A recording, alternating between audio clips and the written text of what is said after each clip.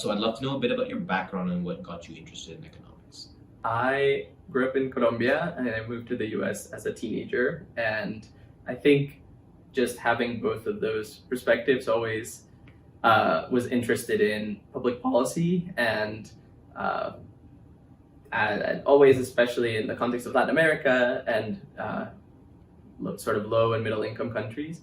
And so yeah, sort of how you formulate public policy, how you evaluate it. These kind of questions always interested me. And so that's how I gravitated towards economics in my undergraduate studies. What were your initial thoughts the first time you heard about Y-ONDC, and how have your opinions on the subject evolved since then? Yeah, so my initial thoughts on Y-ONDC were that it's a revolutionary and very innovative way of thinking about digital commerce.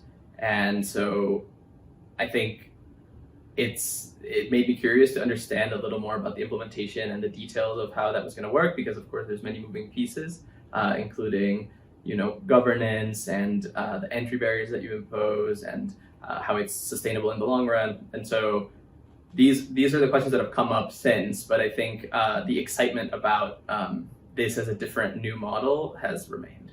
How would you describe your research to someone without delving too deeply in economic theory? I can speak to one of the projects that we're considering, which has to do with Y-ONDC and specifically Namayatri, the ride-hailing app. So there, for example, we're interested in studying how drivers make decisions about where to go during the day to find rides. So we're interested in whether they know where customers are and where they can try to get, they have like high likelihood of getting rides. And so that's kind of a different question for Namayatri than for a player like Uber, because Namayatri drivers, once there are more players in Y-ONDC that are also doing mobility, Namayatri drivers will be able to see search requests from not only the Namayatri driver app, that rider app, but also other rider side apps. And so the question of how to predict where customers are during the day is kind of a different question in an open network model than in a closed platform ecosystem. I think that is one specific project that we're considering, but we're more broadly interested in how business models and commercial models for companies may look different in an open networks model than they do in a closed networks model. And so the question about how companies will be able to analyze demand, which is the angle that we're taking, is just one of the dimensions in which a company might act very differently on an open network. But other examples of that are how they may set prices or commissions on both the seller side and the buyer side. What's been the most unexpected thing you've uncovered since your research began? I think the most unexpected thing that I've uncovered while doing this research is the way in which on open network, a startup like Namayatri can consider drivers' well-being and kind of make a business model around that in a way that I think has not happened in the US, where drivers are just considered like workers and like cogs in a big machine. But I think in the Namayatri setting, the driver is really at the center of the business model. And similarly with other startups that are kind of arising in the mobility sector. So does that focus on social welfare or something it's new to you, I would assume, right?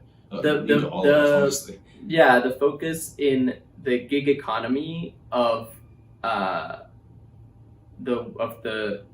driver in this case, but of sellers more specifically, and their well-being. I think it's consumers have really won a lot in e-commerce. They get goods at low prices and very quickly with very high quality of service, but the sellers, drivers, but also small retailers in the US often bear the brunt of what consumers get. And so the most unexpected thing has been seeing very successful business models around the seller side. So the problem of free riders is something that I honestly hadn't thought of before reading your research agenda.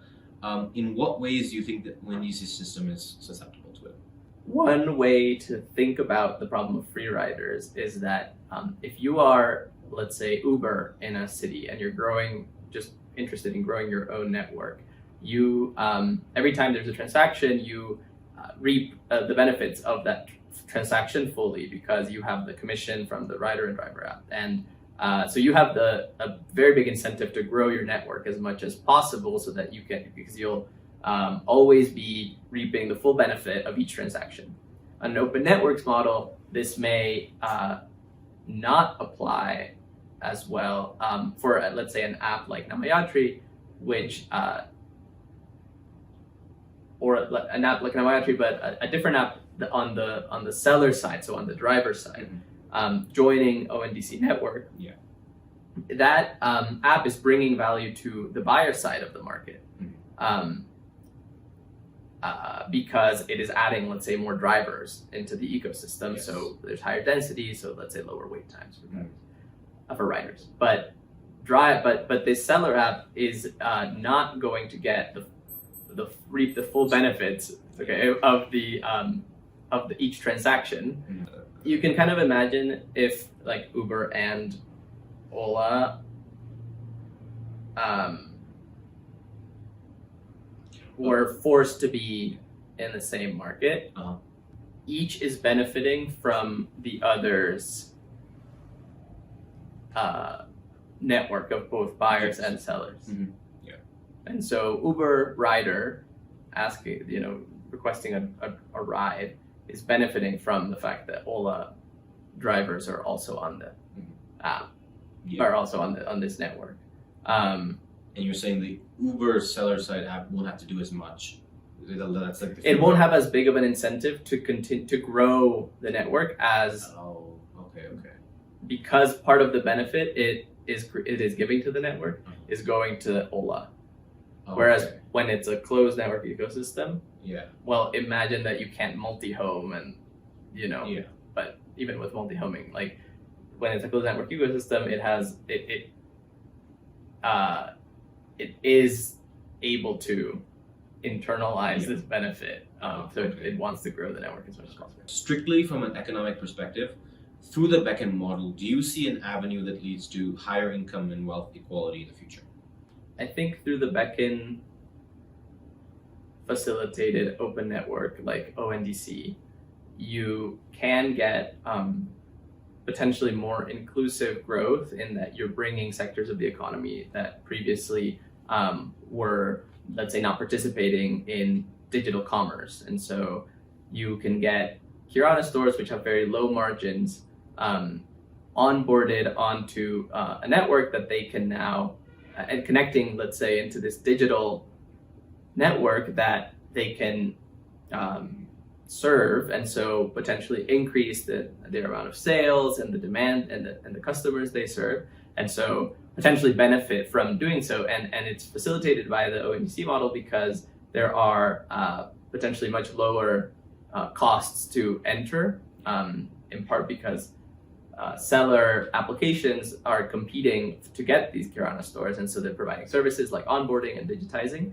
and in part because potentially there will be lower commissions charged by the agent that digitizes and helps the Kirana sell. And so whereas Amazon charges 20% of commission for some sectors, one of the hopes of ONDC is that the seller side applications will charge much lower commission than that. So potentially you can get sectors of the economy for whom it was not profitable to digitize and to sell online before, but with the ONDC model, it may become profitable. Do you think the model of ONDC is replicable outside of India, perhaps in Bogota?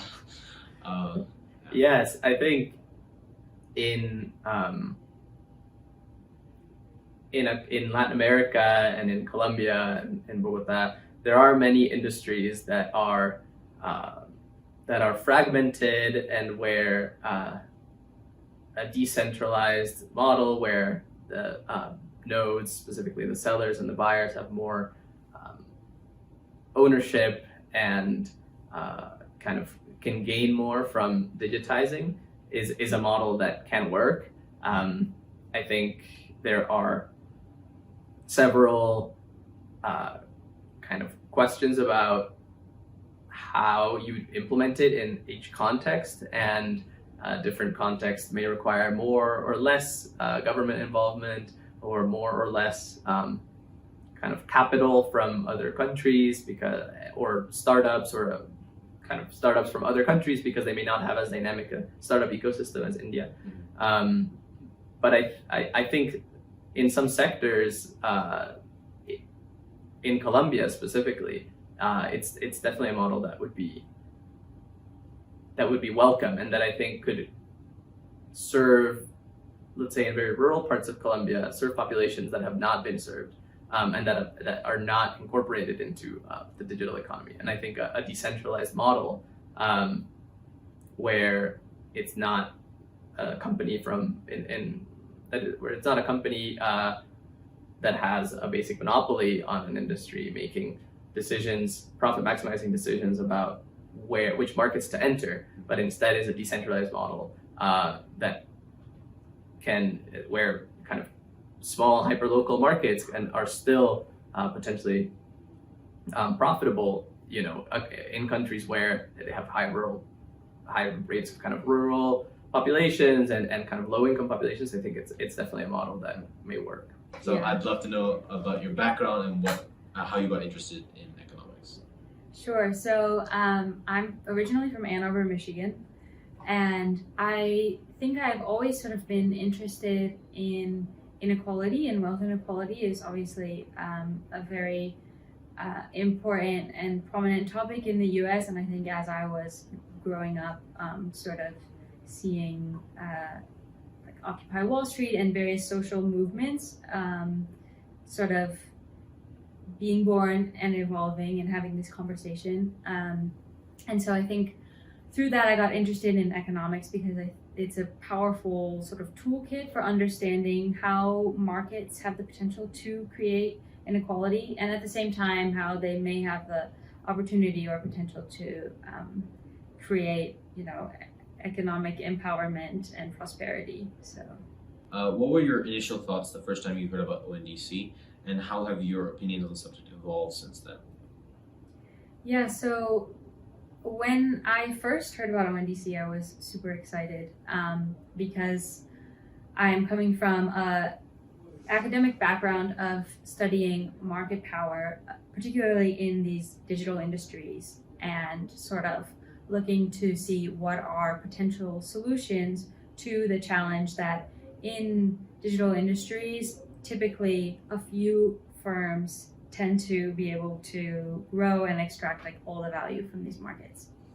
And so I was excited that ONDC seemed like a new take at a new approach to solving this problem, but at the same time, the sort of fundamental principles and concepts of having an open protocol of interoperability are sort of fundamental and pre-existing ideas that we've seen work really well in the past in the internet. So I felt like it was like very exciting to be a part of that. And has that changed at all? Oh yes. Has that changed in my own research, how I'm thinking about it, or? I mean, before you landed in India and before you talked to the members in Y-ONDC and Sujit, I'm sure you guys have met him. Has it evolved at all? It's fine if it hasn't. I think from a theoretical lens and sort of what are the main powerful concepts at play, it hasn't really evolved, but I think being here has sort of brought a microscope to the importance of implementation. And so going sort of beyond this protocol and what it can do in theory and in technology, and in seeing sort of the regulatory details or like who is participating in the system and stuff is so crucial to how it will evolve or how it might succeed. So. How would you describe your research to someone without delving too deeply into economic theory? Yeah, so broadly, I think my research is about how digital public infrastructure and how protocols can address challenges of market power and concentration in digital industries. Since you I can modify that and say what have you learned since you've landed in India 2 weeks ago? Mm-hmm. Has there been anything notable, anything interesting? Yeah, I think one lesson that I've definitely taken away from sort of being here and seeing the implementation of different digital public goods and BECKN and Y-ONDC is that when you have very simple technology that is sort of solving a simple but like fundamental problem, it will scale so quickly, and that it can be used, by like billions of people. I think is something that I have never seen like this type of speed of adoption before. So the problem of free riders is something that I honestly hadn't thought about before reading your research agenda. In what ways do you think the Y-ONDC system is susceptible to it? Yeah, so I think the problem of free riding arises whenever you have a good or service that is non-excludable. And so that is not inherently a bad thing. We have parks, we have many public goods, we have, streetlights. I think the challenge comes when you are trying to fund these goods through a private market. And so on Y-ONDC, you have, on the one hand, these firms who are trying to sell private goods, in a typical capitalistic market structure. And on the other hand, you sort of have this commitment to neutrality and openness among sellers. And so I think when someone is creating a catalog or when they're investing in onboarding, brick and mortar stores, etc., in a private market, their own profit incentives will sort of appropriately direct their investments. There are maybe a few different examples in mind. So one of them is the fixed cost of onboarding sellers. Clearly, there is a cost to taking a non-digital business digital. Sure. In a platform model, the firm who is incurring that cost is the only person who is going to be able to profit off of that investment. Because in a platform model, anything that I put into getting more sellers on my platform, I will be the only one to recover those sales because I also have the consumers on my platform. Yes. And so in that regard, like my own incentives to invest in these fixed costs of bringing sellers on board is directly proportional or commensurate to the amount of value that I will be able to extract from that investment on the other side of the business. In an open network model, that changes because there are other firms now who are going to be able to capture some of the value of my investments. Mm-hmm. And so typically we think that when those scenarios arise, there will be under provision or like under investment in these features. If Amazon is suddenly on Y-ONDC and now Paytm can be accessing the catalog of their sellers and recouping some of the profits from these transactions, Amazon will now have a reduced incentive to be investing in onboarding more sellers. Yeah. So I think that's one of the examples of sort of a free rider problem that you encounter when you have an open network, in contrast to this closed ecosystem. Yeah. So strictly from an economic perspective, through the BECKN model, do you see an avenue that leads to higher income and wealth equality in the future? Yes, I definitely think there are many possibilities for BECKN and Y-ONDC to create higher income and to create higher income for small sellers or people who currently have lower income.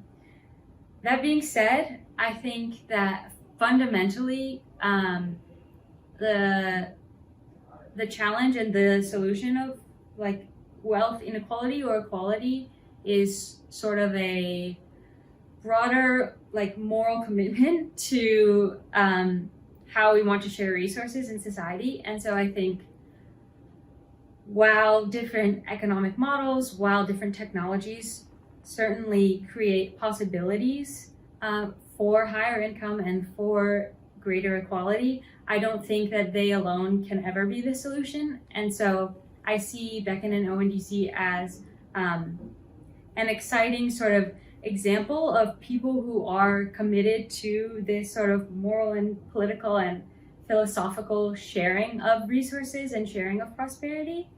And so I think through that, it can definitely be realized, but I don't think that the technology alone is going to create that. It's going to take like a broader commitment to those ideals. Do you think the model of Y-ONDC is replicable outside of India? I think there is definitely a potential, because I think no matter where you go in the world today, there are people who have been excluded by current iterations of economic profits and prosperity. And so I think to them that this is a very attractive model, and maybe the sort of current winners of our system and those actors will not be incentivized to adopt this or to sort of destruct the system or the businesses that they're currently profiting off of. But I think that anywhere you go, you will find people who feel that this is a better alternative for them. And so I think if you start with those people and let it grow organically from there, it can succeed anywhere.